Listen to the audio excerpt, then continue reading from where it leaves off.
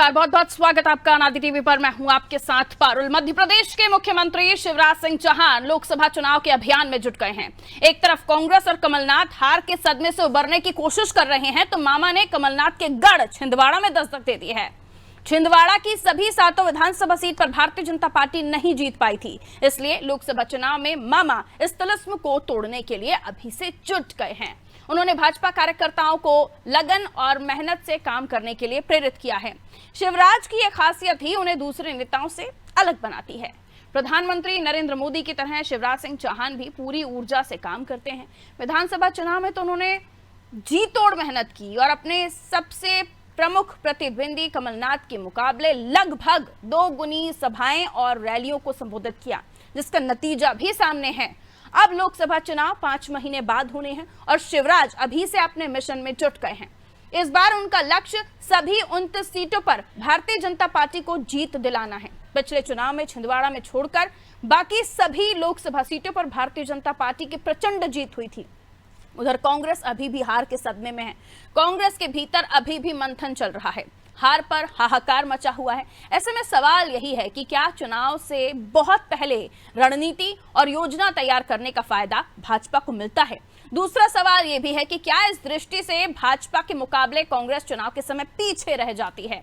आज इन्हीं सवालों का जवाब तलाशने की कोशिश करते हैं, क्योंकि जरूरी है कि मिशन पर मामा है, लेकिन आने वाले समय में जो 5 महीने बाद जो मिशन होगा यानी लोकसभा, उसके लिए तैयारी अभी से वो मुकम्मल कर रहे हैं।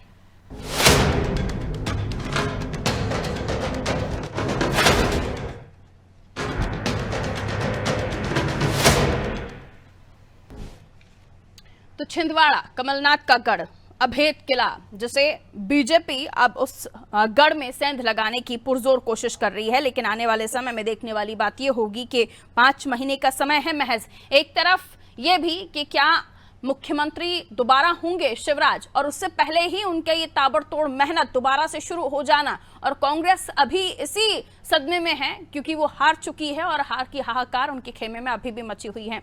तो समझने की दोनों चीजों को कोशिश होगी। मिलियन मेहमानों से जो हमारे साथ जुड़ रहे हैं उनसे हम चर्चा को आगे लिए जाएंगे। मंजरी जैन जी हमारे साथ जुड़ी हैं, बीजेपी से बहुत बहुत स्वागत मंजरी जी आपका। शहरयार खान कांग्रेस से हमारे साथ जुड़े हुए हैं, शहरयार जी आपका भी स्वागत करती हूँ।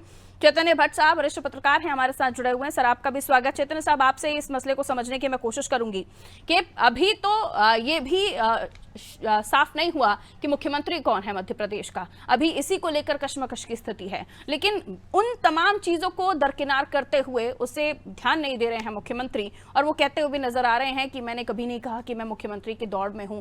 और उसके बाद उनका छिंदवाड़ा में इस तरीके से मिशन मोड पर काम करना, दौरे इस तरह का है, कार्यक्रम इस तरह का है कि वहां पर रूट तक डायवर्ट हुए हैं। किस तरह से देखते हैं आप? एक तरफ चेहरा नहीं है सीएम का कि कौन होने वाला है मुख्यमंत्री आने वाले समय में, और ये कि खुद मुख्यमंत्री शिवराज सिंह चौहान छिंदवाड़ा में पहुंच गए हैं और उस किले को भेदना चाहते हैं जो कांग्रेस का अभेदगढ़ है। देखिए, शिवराज सिंह चौहान की एक ये बड़ी खासियत है कि वो लगातार ऊर्जा के साथ काम करते हैं जी। अभी आप देखिए कि मुख्यमंत्री के चेहरे का चुनाव नहीं हुआ है।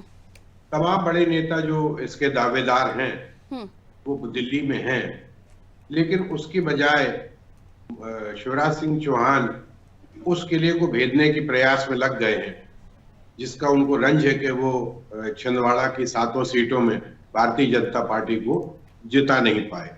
यदि अभी पूरे प्रदेश में उनकी लाडली बहना योजना ने जिस तरह से भारतीय जनता पार्टी को जबरदस्त बहुमत दिलाया था, लेकिन इस बात का कहीं ना कहीं दुख है उनको कि उनके इस नेतृत्व के बावजूद कमलनाथ का जो गढ़ था वो नहीं देख पाए।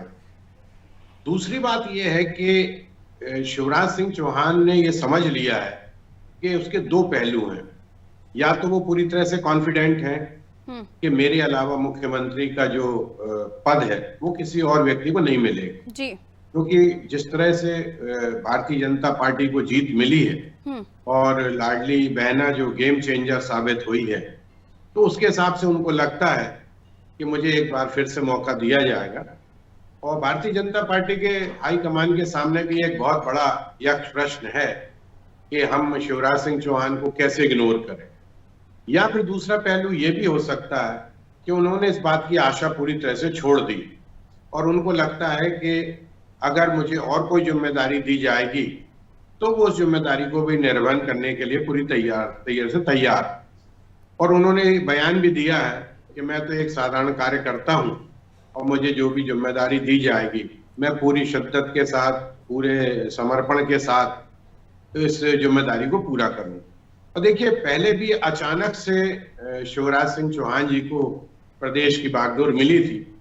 जब बाबूलाल गौर को हटाया गया था तो उस समय बहुत से ऐसे दावेदार थे जिनको मुख्यमंत्री पद दिया जा सकता था, लेकिन हाईकमान के निर्णय से शिवराज सिंह चौहान को यहाँ पर बतौर मुख्यमंत्री बनाया गया और 17 साल से वो सफलतापूर्वक अपना मुख्यमंत्री पद का निर्वहन कर रहे हैं।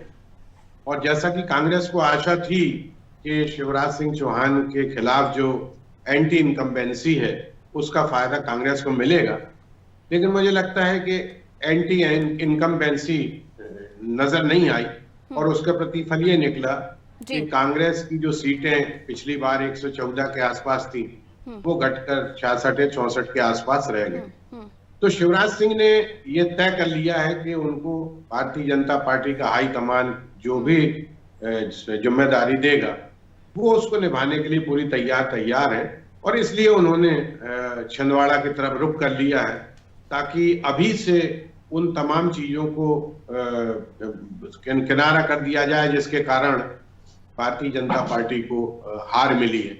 वैसे भी आप देखिए कि पिछली बार 29 में से 28 लोकसभा की सीटें जो हैं तो भारतीय जनता पार्टी को मिली थी, मात्र एक सीट थी नकुलनाथ की जो उनको मिल पाई थी, कांग्रेस को मिल। बिल्कुल मंजरी जी, ये कॉन्फिडेंस है कि आने वाले समय में वही चेहरा होंगे, वही मुख्यमंत्री होंगे, या फिर ये जताने की कोशिश की जा रही है कि वो उन सिपाहियों में से हैं, वो उन कर्मठ कार्यकर्ताओं में से हैं, उन नेताओं में से हैं जो पद मिले ना मिले वो अपने निष्ठा के साथ काम करते जाएंगे? दोनों ही चीजों का आकलन हो रहा है मैडम। और छिंदवाड़ा चुना है उन्होंने, जहां वाकई उनको कोई मलाल है कि वो सीट रह गई है, हर बार वो जगह रह गई है। जी पारुल जी, मैं शिवराज जी के बारे में जितना मैं जानती हूँ उनको, तो वो एक ऐसे व्यक्तित्व हैं कि जो सिर्फ अपने काम से काम रखते हैं। उनका वो हमेशा से ये कहते रहे हैं, मैंने जब वो सांसद थे तब से मैं उनको सुनते आ रही हूँ, क्योंकि मैं विदिशा की हूँ और उनका जो कर्म क्षेत्र है वो विदिशा ही रहा है, तो हम लोग उन्हें बहुत अच्छे से जानते हैं, हमने उनके साथ काम किया है। तो वो हमेशा अपने कर्म पर विश्वास करते हैं और वो कहा करते थे कि मैंने कभी मुझे जो काम देगी, मैंने कभी पार्टी से ये नहीं कहा कि मुझे ये बना दो या वो बना दो।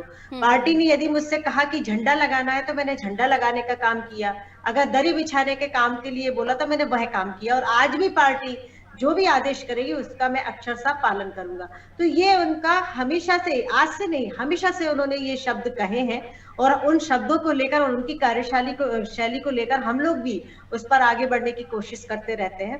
तो निश्चित तौर पर वो अपने कर्म को आगे बढ़ाते रहते हैं। तो जो उनका कर्तव्य है, उन्हें पता है कि अब चुनाव हो गया, हम जीत गए, लेकिन आगे जो हमारा मिशन है, और पार्टी का हर कार्यकर्ता अपने मिशन के लिए, अपनी विचारधारा के लिए, जो भारतीय जनता पार्टी की विचारधारा है उसके लिए काम करता है, और उसी विचारधारा को लेकर माननीय शिवराज सिंह चौहान जी भी सतत आगे बढ़ते रहे हैं। वही विचारधारा को लेकर आज प्रधानमंत्री जी भी आगे बढ़ रहे हैं और देश को वैभवशाली और गौरवशाली बनाने की तरफ बढ़ रहे हैं। तो मैं समझती हूँ कि शिवराज सिंह जी एक ऐसे नेता हैं जो हमेशा जमीन से जुड़कर रहे और हमेशा एक कार्यकर्ता के रूप में ही वो काम करते रहे। और वही जो हमारे यहाँ स्वयं सेवक का जो निर्माण होता है, कार्यकर्ता का जो निर्माण होता है, वो स्वयं सेवी के रूप में होता है। और वही विचारधारा और वही जो दिमाग में एक बार फिट हो जाता है हर कार्यकर्ता के मन में, तो वो भले ही प्रधानमंत्री क्यों ना बन जाए, उसके मन में हमेशा ये भाव रहता है कि मैं एक कार्यकर्ता हूँ और पार्टी को मजबूत करना है, और पार्टी का ध्येय है कि राष्ट्र हित, राष्ट्र सबसे सर्वोपरि है। हमारे पार्टी का ये ध्येय है कि हमें राष्ट्र को परम वैभव तक ले जाना है। तो उस विचारधारा के साथ हम सब काम करते हैं और उसी विचारधारा को लेकर आज मुख्यमंत्री जी आगे बढ़ गए हैं, क्योंकि आने वाले समय में लोकसभा के चुनाव है। तो निश्चित तौर पर हम पिछली बार 28 सीटें जीते थे, इस बार हमारा 29 जीतने का लक्ष्य है। हमारा जो ध्येय था मध्य प्रदेश में चुनाव के पहले कि हमें 51% वोट शेयर जो है वो हर बूथ पर हासिल करना है, तो हमने लगभग 49% वोट शेयर हमने हासिल किया है और अब लोकसभा तक हम उसे 51% तक जरूर ले जाएंगे। बार बार मेहनत करने के बाद वहां पर आप विधानसभा में भी चूकते हैं और लोकसभा में तो चूके ही थे, लेकिन इस बार देखना होगा। बहरहाल शहरयार जी के पास जा रही। शहरयार जी, ये तो अभी से ही जुट गए हैं, हम देख रहे हैं कि मुख्यमंत्री ने जगह भी वो चुनी है जो आपका क्षेत्र है, कमलनाथ जी का क्षेत्र है, लेकिन ये भी कहा जा रहा है कि वो जीत के बाद भी दोबारा अपनी मेहनत के लिए तैयार हो गए हैं, लेकिन कांग्रेस अभी शायद हार से ही नहीं उबर पा रही है। देखिए पारुल जी, शायद आपको क्या खबर है मेरे को नहीं मालूम, हम लोग पर अभी 72 घंटे हुए हैं परिणाम आते, और हमने 48 घंटे बाद ही अपनी सारे प्रत्याशी और जीते हुए विधायकों के साथ कल पीसीसी में विचार विमर्श किया, मंथन किया, और हार के कारणों का मोटा मोटा लब्बो-लुआब लेके कमलनाथ जी आज दिल्ली में हमारे राष्ट्रीय अध्यक्ष और राहुल गांधी जी से मुलाकात भी कर चुके हैं। हम लोग इनसे ज्यादा गंभीर हैं। और रही बात शिवराज जी की छिंदवाड़ा दौरे की, तो पारुल जी, भाजपा में अंदर खाने जो सरफुटबल की स्थिति बनी हुई है और वो दिल्ली के मुआयने में चरण वंदना में लगे हुए हैं बाकी के नेता, तो शिवराज जी को साफ समझ आ गया है कि मेरे को वापस मुख्यमंत्री नहीं बना रहे हैं, और इसीलिए वो इस तरह के स्टंट कर रहे हैं कि वो रेन बसोरों में जा रहे हैं, वो छिंदवाड़ा जा रहे हैं, अपने को प्रशांति के बनाए हुए हैं, कई बहनों से फूल ले रहे हैं, स्वागत करवा रहे हैं। तो ये सब उनका जो है पॉलिटिकल स्टैंड है अपने को बचाए रखने के लिए। और आप देखेंगे अगले 15 दिन में, बड़ी जिम्मेदारी के साथ बोल रहा हूँ, जो शिवराज जी आज बोल रहे हैं कि पार्टी के हर आदेश को अक्षरशः स्वीकार करूंगा। हमने 2018 में भी देखा था, जब मुख्यमंत्री के रूप में उनकी विदाई हो चुकी थी, तो उनको केंद्र में जिम्मेदारी दी थी, और उनको जो देश के कई दूसरे प्रदेशों में जाना था, वो वहां न जाके मध्य प्रदेश में ही डटे रहे और पार्टी की कोई बात को नहीं मानते रहे। देखिए, तो इससे साफ जाहिर है कि वो सत्ता और सीएम की कुर्सी को छोड़ना नहीं चाहते, इसलिए वो दिल्ली में नहीं है। क्योंकि अभी जो लोग दिल्ली में हैं वो किस लिए हैं? मुख्यमंत्री पद के दावेदार हैं, तो उनको मुख्यमंत्री पद मिल जाए। तो इस तरह और तो ये भी अनाउंसमेंट नहीं हुआ था शहरयार जी कि वो नेक्स्ट सीएम होंगे, सीएम चेहरा प्रेजेंट ही नहीं किया था पार्टी ने, उसके बावजूद भी कमलनाथ जी से ज्यादा सभाएं शिवराज जी ने की हैं। नहीं, देखिए, वो तो अपने को पहले से ही मुख्यमंत्री का चेहरा खुद मान रहे थे। हमने शेडोल में भी देखा कि उन्होंने जनता से ही बोला कि मुख्यमंत्री बनना चाहिए कि नहीं बनना चाहिए। तो वो खुद ही पूछ रहे थे ना, वो कॉन्फिडेंट होते तो फिर पूछने की जरूरत ही नहीं होती। बिल्कुल, तो वही बात है, जब आप बोल रहे हो एक तरफ तो कि मैं पार्टी का वो कार्यकर्ता हूँ कि पार्टी मुझे कभी और झंडा लगाने का आदेश दे तो वो मैं करूंगा, दूसरी तरफ अपने आप को मुख्यमंत्री घोषित कर रहे हैं, तो ये दो विवादित उनके बयान है ना। तो इससे साफ उनकी जाहिर होती है कि वो अपने को मुख्यमंत्री के तौर पे ही काम करते हुए देखना चाहते हैं। और भाजपा अगर इनके प्रकरण उनको नहीं बनाती है, तो आप देखिएगा मध्य प्रदेश में फिर से बहुत सारी समीकरण बदलेंगे। तो इतिहास अपने को दोहराता है, मध्य प्रदेश से अछूता नहीं रहेगा।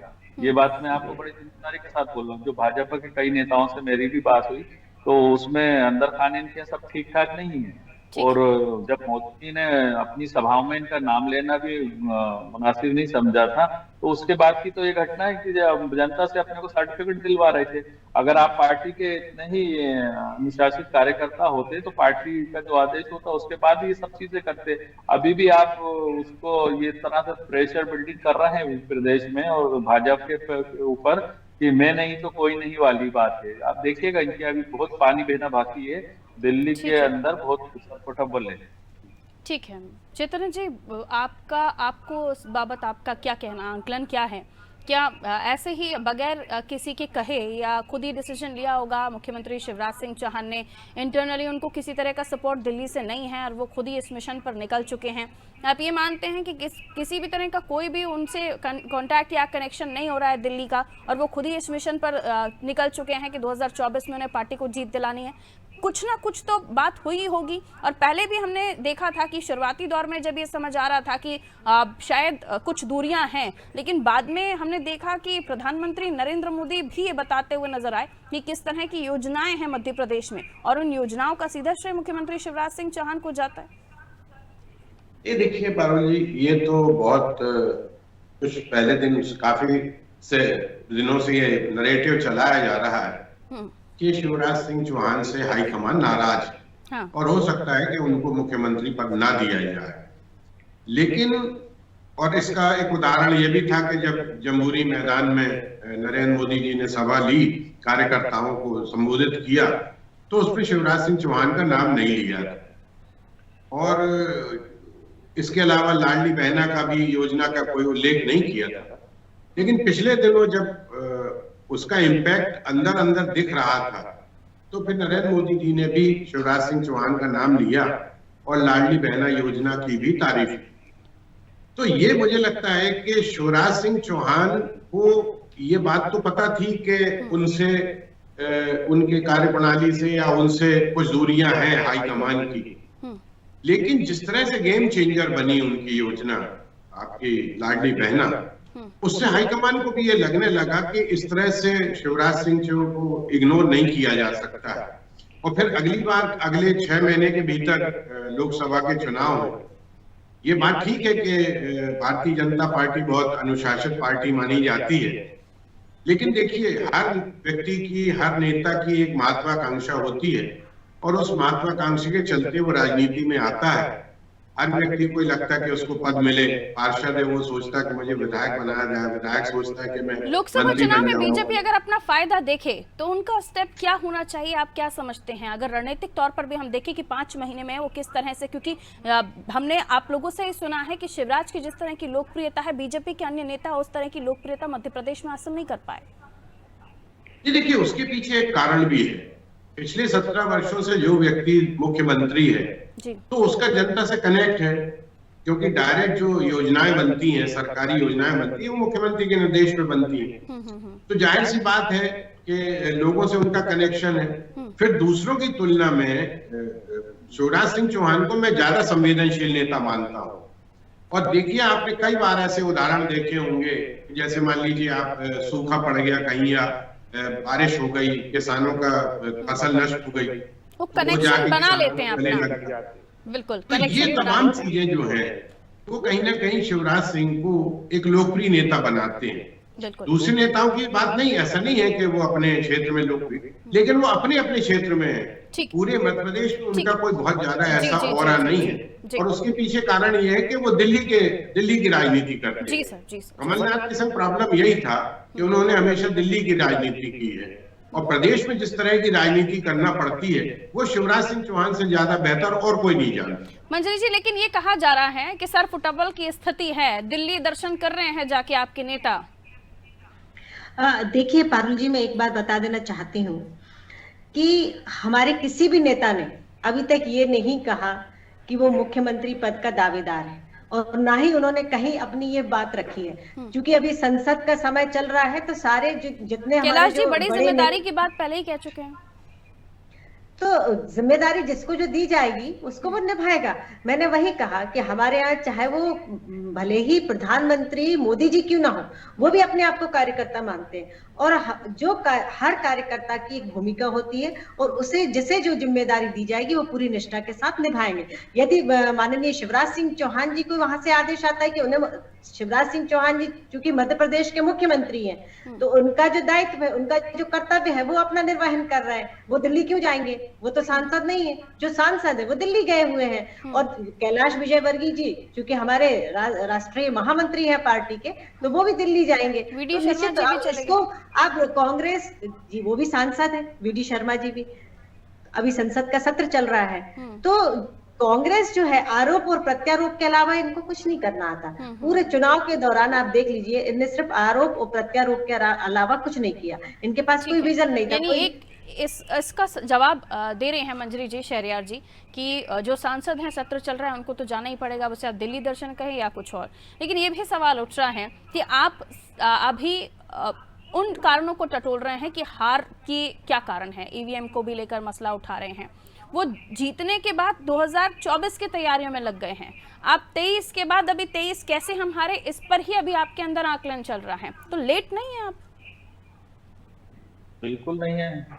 अभी 72 घंटे हुए और 48 घंटे बाद ही हमारे वो प्रत्याशी और वो विधायक आके अगर मंथन करते हैं, विचार विमर्श करते हैं, उसी के बाद तो आगे बढ़ा जाएगा। कि सीधे हार का सर्टिफिकेट या जीत का सर्टिफिकेट लेके लोकसभा के लिए कूद जाए। पहले अपनी कमियां, अपने प्लस, अपने माइनस पे विचार होगा। ठीक है, आप अपनी रणनीति के तहत करें, आगे बढ़ रहे हैं। बिल्कुल हम उसी के तहत बढ़ रहे हैं। और अभी दिल्ली में केंद्रीय नेतृत्व को सारी स्थिति से अवगत करा रहे हैं हमारे प्रदेश अध्यक्ष। और अभी 10 तारीख को वापस आने के बाद आप इस देखेंगे हार की जिम्मेदारी कौन लेगा पार्टी में? कांग्रेस का वो हर कार्यकर्ता जो बूथ से लेकर ऊपर तक जिम्मेदार था, उसका हिस्सा मैं भी था। और मेरे को जहां निवास विधानसभा की जिम्मेदारी दी थी, मैंने वहां पर काम करा। ये मेरी सौभाग्य है कि वहां से हमने एक केंद्रीय मंत्री को, 7 बार के सांसद और 3 बार के केंद्रीय मंत्री को हराया। तो ये एक तरह का हमारे लिए वो आशीर्वाद और वो बूस्टअप भी है कि अगर हम लोग अपनी पोलिंग को, अपने मिशन को बिल्कुल एक चैलेंज के रूप में लें तो कांग्रेस पार्टी को हराना नामुमकिन है। लेकिन कुछ तो गलतियां रही होंगी जब भी हमारे अनुरूप ये परिणाम नहीं आए। लेकिन ये जीत भाजपा की जीत नहीं है, ये जीत लाडली की नहीं है जैसे भट्ट साहब बोल रहे थे। अगर लाडली की ये जीत मध्य प्रदेश में है तो राजस्थान और छत्तीसगढ़ में कौन सी लाडली थी? और तेलंगाना में और मिजोरम में क्यों भाजपा को अपेक्षित परिणाम नहीं मिले? बात निकलेगी तो दूर तक जाएगी। इसके बहुत सारे किंतु परंतु हैं, उस पर हम विचार विमर्श कर रहे हैं। और निश्चित ही मैंने कल भी एक डिबेट में ये बात भाजपा के प्रवक्ता से और चुनाव आयोग से ये आह्वान करा है। बार बार ईवीएम पे बात उठती है, हमको भी अच्छा नहीं लगता जब परिणाम 3 रोटी आप खुद ले लेते हैं, 1 रोटी कांग्रेस को देते हैं और कहते हैं कि तेलंगाना में, आपको हिमाचल में, आपको कर्नाटका में जीत मिली, सब ईवीएम नहीं थी। बिल्कुल थी ईवीएम, हम उसका भी विरोध नहीं कर रहे। लेकिन 5 राज्यों के चुनाव लगभग हर बार साथ होते हैं, उसमें से 3 या 4 आप रख लेते हैं, 1 विपक्ष को दे देते हैं और फिर उससे ही सवाल करते हैं कि वो जीत नहीं थी। तो मैंने उसमें यही आह्वान करा है कि अभी स्ट्रांग रूम में सारी ईवीएम 230 विधानसभा की है। चुनाव आयोग अपने पे लगने वाले इन आरोपों पे विपक्ष और मीडिया को सामने लाए और 500 वोट ईवीएम मशीन में डलवा कर खुलवा ले, वापिस दूध का दूध और पानी का पानी हो जाएगा। चली जाएगी। आपने लाडलियों की बात की, ये सवाल ही खत्म हो जाएगा, ये देश से सवाल ही खत्म हो जाएगा। तो आप भी तो वायस होके काम कर रहे थे, चुनाव आयोग ने इस बार जितना वायस होके मध्य प्रदेश में काम करा है, चली जाएगी, तो उसको लेकर हम कल भी डिबेट कर चुके हैं। चुनाव आयोग का भी आपने कहा कि लाडलियों को लेकर और ये तो भाजपा के पॉलिसी नहीं थी, तो वहां पर भी दोनों ही पार्टियां अपने अपने मैनिफेस्टो में बेटियों को लेकर वो 1-1 लाख वोट से जीत जाए जहां उनकी जमानत जब्त होने की बारी थी। वो ठीक है, फिर वही सवाल उठता है कि जहां आप जीते वहां ईवीएम एकदम शुद्ध रूप से पाक साफ हो गई, जहां आप हारे वहां ईवीएम खराब हो गई। तो वो अलग डिबेट हो जाएगी। बहरहाल समय इजाजत नहीं देता, लेकिन मिशन मोड पर अब मामा जा चुके हैं। देखने वाली बात यह होगी कि भी से ही जब वो जुट गए हैं तो उसके नतीजे क्या होंगे। बहुत बहुत शुक्रिया आप सभी का हमारे साथ चर्चा में जुड़ने के लिए। नतीजे क्या होंगे इस पर भी नजर, और साथ ही अगर मुख्यमंत्री का चेहरा बदला तो फिर उनकी इस मेहनत को क्या कहेंगे, या ऐसा मुमकिन है कि बगैर किसी बातचीत के वो यूं ही छिंदवाड़ा के को लेकर सभाएं करने लगे, या जिस तरह से आज उनका कार्यक्रम है उसमें वो पहुंचे और कार्यक्रम इतना बड़ा किया कि रूट्स तक डाइवर्ट करने पड़े, जहां वो आदिवासियों को धन्यवाद देते हुए दिखाई देंगे, तो वहीं आप देखेंगे कि लाडली बहनों को भी वो धन्यवाद देते हुए दिखाई दिखेंगे। तो ये रणनीति है भारतीय जनता पार्टी के। अभी पूरे 72 घंटे भी नहीं बीते और मिशन मोड पर एक बार फिर भारतीय जनता पार्टी 2024 के लिए तैयारी करते हुए दिखाई दे रही है। और कांग्रेस अभी अपने हार के जो पॉइंट्स है उन्हें टटोलने की कोशिश कर रही है। और कांग्रेस का ये कहना है कि हम अभी 72 घंटे भी नहीं बीते हैं और हमने विधायकों की बैठक कर ली, हमने ये समझने की कोशिश की कि हार के कारण क्या है, लेकिन इधर वो 24 की जीत के लिए तैयारी कर रहे हैं और अभी ये समझने की कोशिश कर रहे हैं कि 23 में हम हारे तो हारे क्यों। और फिर निकला ईवीएम पर भड़ास या ठीकरा फोड़ना, ये भी निकल कर सामने आई है। बरा दीजिए मुझे इजाजत, नमस्कार।